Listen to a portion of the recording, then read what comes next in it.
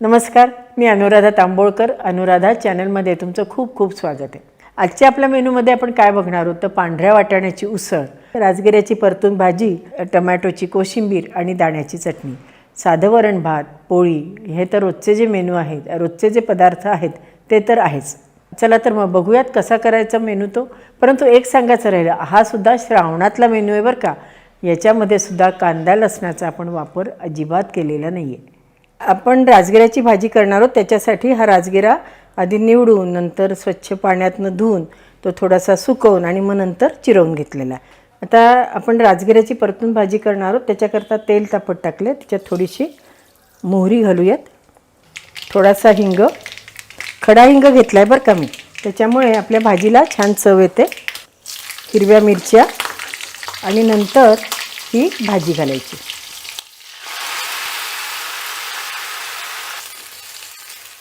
ज्यावेळेला आपण लसणाचा वापर करणार नसतो त्यावेळेला खडा हिंग जर आपण भाजीमध्ये वापरला तर त्याची चव चांगली येते.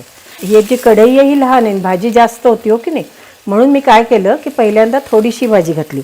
आता ही भाजी माझी चांगली कमी झाली हो की नाही, आणि मग त्याच्यामध्ये उरलेली भाजी घालायची.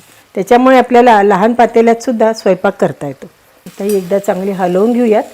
तुमच्या लक्षात असेलच की कुठली पालेभाजी करताना ती पूर्ण शिजल्यावरच त्याच्यावर मीठ घालायचं. तर ह्याच्यात जेवढं पाणी आहे तेवढ्या ह्याच्यामध्ये ही भाजी शिजेल. आता आपण हे घातलेलं आहे, हे भाजलेलं कारळ, आणि त्याच्यामध्ये थोडंसं तिखट आहे ते घातलेलं आहे.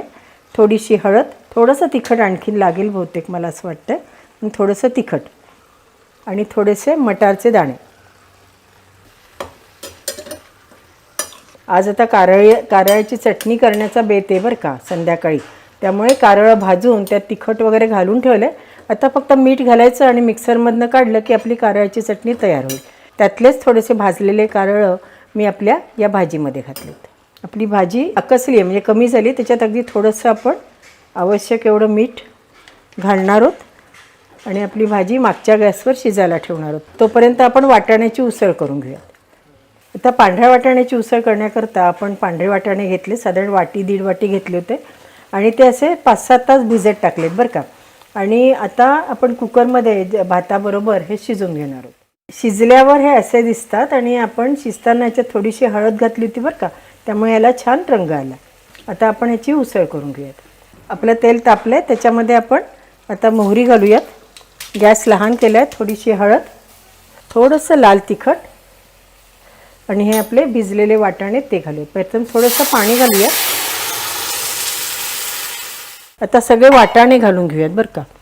वाटाणे आपले शिजलेलेच आहेत, त्यामुळे आपल्याला काही फार वेळ लागणार नाही. ह्याच्यात आपण थोडीशी धण्याची पावडर, थोडासा गरम मसाला, अगदी चिमूट दालचिनीची पावडर, आणि आपला नेहमीचा काळा मसाला आहे ना तो ह्याच्यामध्ये घालणार आहोत.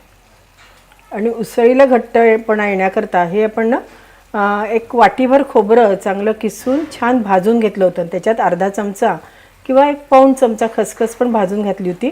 थोडेसे जिरे घातले होते, एखादा दालचिनीचा तुकडा घातला होता, आणि हे सगळं मिक्सरवर बारीक करून एका बरणीत भरून ठेवलं होतं.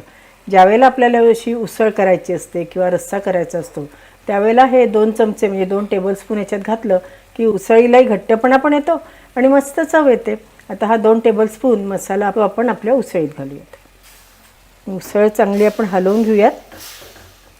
आणखीनही जर आपल्याला ही उसळ मिळून यावी असं वाटलं तर आपली हँड मिक्सी असते की नाही ती घ्यायची आणि फक्त एकदा ह्याच्यामध्ये फिरवायची. त्यामुळे जे शिजलेले वाटाणे असतात त्याचीच पेस्ट तयार होते आणि आपली उसळ आणखीन चवदार आणि घट्ट होते. आता अंदाजे 3-4 मिनटं मंद गॅसवर ही आपली उसळ आपण शिजत ठेवूयात. तोपर्यंत आपली भाजी झाली का बघूयात. आहे की नाही, आपल्या भाजीतलंही पाणी पूर्ण आटलं गेलेलं आहे.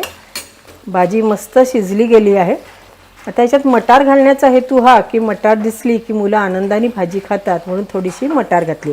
याच्यामध्ये आपण मटाऱ्याच्या ऐवजी उकडलेले मटक्याचे दाणे असतात की नाही ते मुठभर घातले तरीसुद्धा चालू शकतं. ही आता आपली भाजी झाली. आता आपण उसळ झाली का बघूया.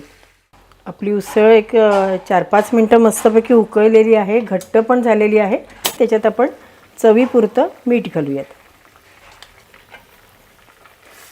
त्याच्यात आपण कोथिंबीर घालूयात आणि आपला गॅस बंद करूयात. आपली उसळ पण तयार झाली. आता आपण कोशिंबीर करून घेऊयात. आता आपण टोमॅटोची कोशिंबीर करणार आहोत. त्याच्याकरता 2 लाल टोमॅटो घेतलेत, स्वच्छ धुतले आणि बारीक चिरून घेतलेत. त्याच्यात हिरवी मिरची घातली, चवीला 1 चमचा साखर, अगदी थोडंसं मीठ, थोडासा दाण्याचा कूट, 1 चमचाच घातला आहे बरं का. ओल्या नारळाचा चव घातला तरीसुद्धा छान लागतं. थोडीशी कोथिंबीर आणि हे थोडेसे जिरे आपण फक्त भाजून घेतलेत. ह्याच्यात तेल वगैरे काही घातलं नाही आहे. हे असे भाजलेले जिरे आपण ह्याच्यात घालणार आहोत.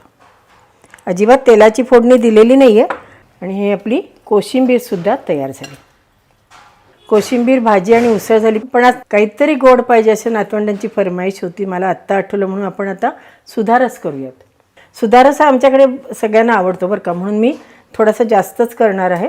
आता याच्यामध्ये आपण अर्धी वाटी पाणी गरम केलं, त्याच्यात आपण 1 वाटी साखर घातली. पहिल्यांदा याचा आपण 1 तरी पाक करून घेऊयात. सुधारस करायला अगदी सोपा आहे बरं का. आपला पाक तयार झालेला आहे. गॅस लहान करूयात.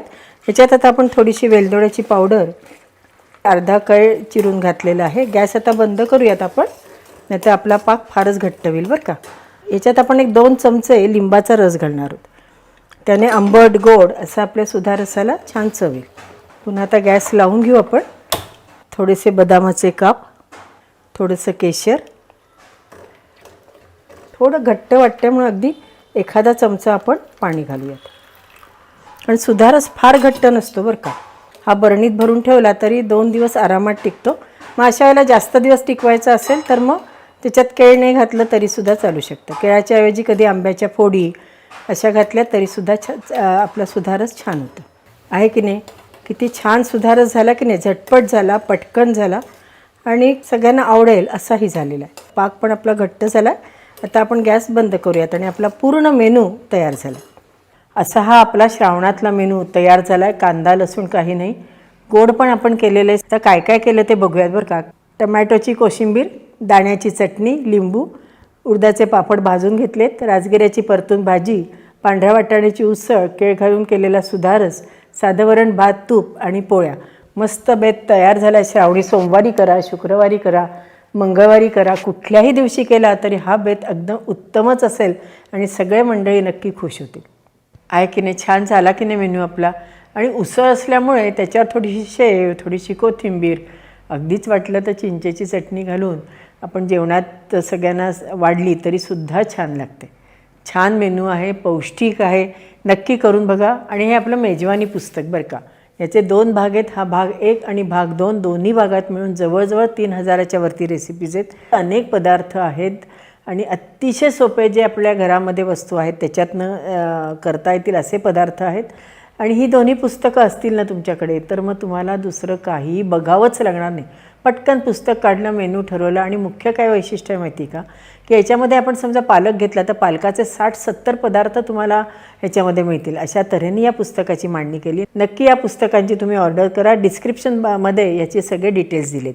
तसंच आपलं हे आज काय मेनू, हे पुस्तक जे आहे की नाही हे आपल्या नवीन नुकतंच लग्न झालेल्या किंवा ज्या आपल्या वर्किंग वुमन आहेत की नाही, की कामावर जाणाऱ्या लेकीसुना आहेत त्यांच्याकरता खास आहे बरं का. अगदी माझ्या सुगरण मैत्रिणींकरता पण. कारण ह्याच्यामध्ये आपण जवळजवळ 80 ते 100 मेनू दिलेले आहेत. रोजचे मेन्यू आहेत, पक्वान्नाचे मेन्यू आहेत, पार्टीचे मेन्यू आहेत. त्यामुळे असं पुस्तक जर घरात असेल ना तर तुमचा रोजचा प्रश्न नक्की सुटेल. पुस्तक उघडायचं आणि मेनू ठरवायचा असं अनेक व्ह्युअर्सनी मला सांगितलं बरं का. त्यामुळे तुम्ही ह्या पण पुस्तकाची ऑर्डर देऊ शकता. कुणाला प्रेझेंट द्यायला. आता राखी पौर्णिमा आहे, भाऊबीज आहे, वाढदिवस आहे, लग्नसराई आहे. अगदी लग्नातसुद्धा सगळ्यांना भेट देण्याकरता हे पुस्तक अतिशय चांगलं आहे. तुम्ही हे नक्की मागवू शकता. डिस्क्रिप्शन बॉक्समध्ये याची पूर्ण माहिती आपण दिलेली आहे. आणि अनुराधा चॅनलला लाईक करा, शेअर करा आणि सबस्क्राईब करा. बेल आयकॉन दाबायला विसरू नका. आणि अभिप्राय द्यायलासुद्धा विसरू नका बरं का. धन्यवाद.